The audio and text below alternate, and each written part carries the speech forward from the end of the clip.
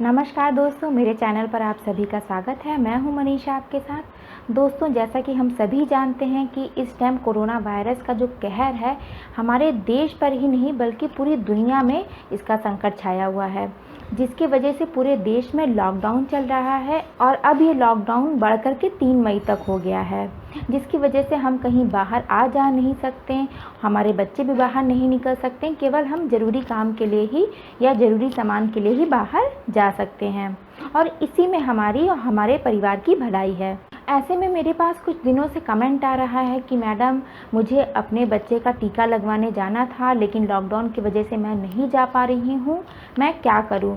या कुछ लोगों ने मुझे ये भी लिखा कि मैडम, मैं अपने बेटे का टीका लॉकडाउन की वजह से नहीं लगवा पा रही हूँ, इसमें कोई घबराने की बात तो नहीं, या आगे चलकर मेरे बच्चे को कोई प्रॉब्लम तो नहीं हो जाएगी। तो आज के इस वीडियो में मैं आपके इन्हीं सवालों का जवाब देने वाली हूँ और आपके ये सारे डाउट्स जो है क्लियर करने वाली हूँ।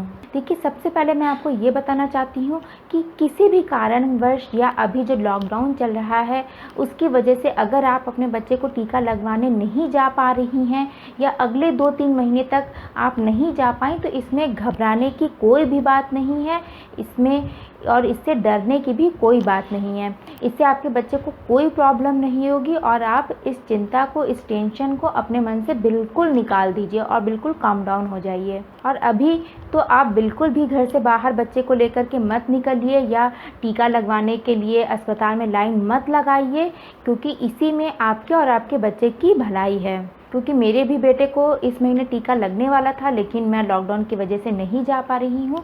जैसे ही लॉकडाउन हट जाएगा या सब कुछ नॉर्मल हो जाएगा तो आप 2-3 महीने बाद टीका लगवाने जा सकती हैं, इससे बच्चे को कोई प्रॉब्लम नहीं होगी। लेकिन आपको एक ज़रूरी बात का ध्यान रखना है और हमेशा याद रखनी है कि किसी भी कारणवश अगर आप ड्यू डेट पर टीका लगवाने नहीं जा पाएँ या अगले 2-3 महीने तक भी टीका लगवाने नहीं जा पा रही हैं, तो जब भी आपको टाइम मिले 3 महीने बाद या 4 महीने बाद जब भी आप जा रही हैं, तो आप उस ड्यू वैक्सीन को सबसे पहले लगवाइए।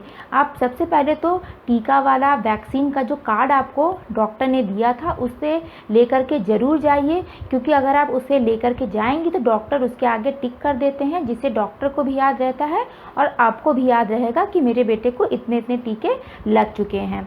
तो आप डॉक्टर को बताएंगे कि डॉक्टर, ये टीका मेरे बेटे का छूट गया था, मैं नहीं आ पाई थी, तो डॉक्टर आपको खुद एडवाइस करेंगे कि आप पहले उस टीके को लगवाइए, फिर इस महीने के टीके को लगवाइएगा।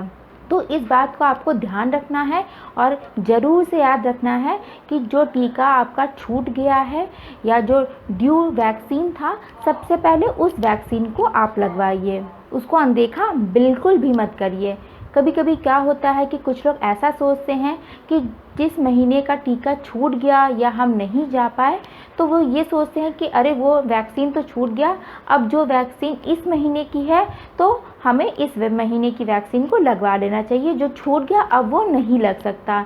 लेकिन देखिए, ऐसा बिल्कुल भी मत करिए, अपने बेटे की कोई भी वैक्सीन को मिस मत करिए। आप उसे बाद में भी लगवा सकते हैं लेकिन किसी वैक्सीन को छोड़िए मत। और एक ज़रूरी बात मैं आपको और भी बताना चाहती हूँ कि देखिए, वैक्सीन जो है कभी भी ड्यू डेट से पहले नहीं लगती, वो ड्यू डेट के बाद कभी भी लग जाती है, लेकिन वो पहले नहीं लग सकती। तो इसलिए अगर आपकी कोई वैक्सीन छूट भी जाती है तो आप बाद में कभी भी लगवा सकती हैं। तो मुझे लगता है कि अब आपको अपने सवालों का जवाब मिल गया होगा और आपके डाउट्स भी क्लियर हो गए होंगे। तो आप इस बात को ध्यान रखिएगा कि अगर किसी भी कारणवश आपके बच्चे का टीका या वैक्सीन छूट गया है तो आपको इसमें डरने या घबराने की कोई ज़रूरत नहीं है।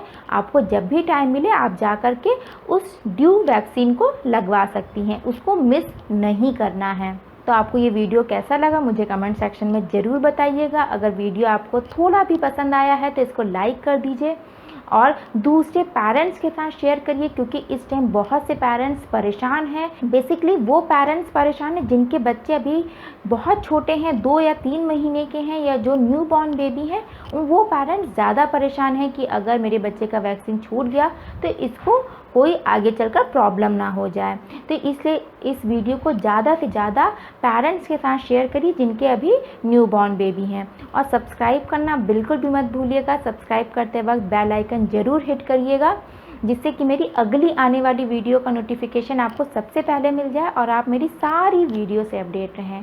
तो मिलते हैं अब नेक्स्ट वीडियो में। Thank you, thanks for watching.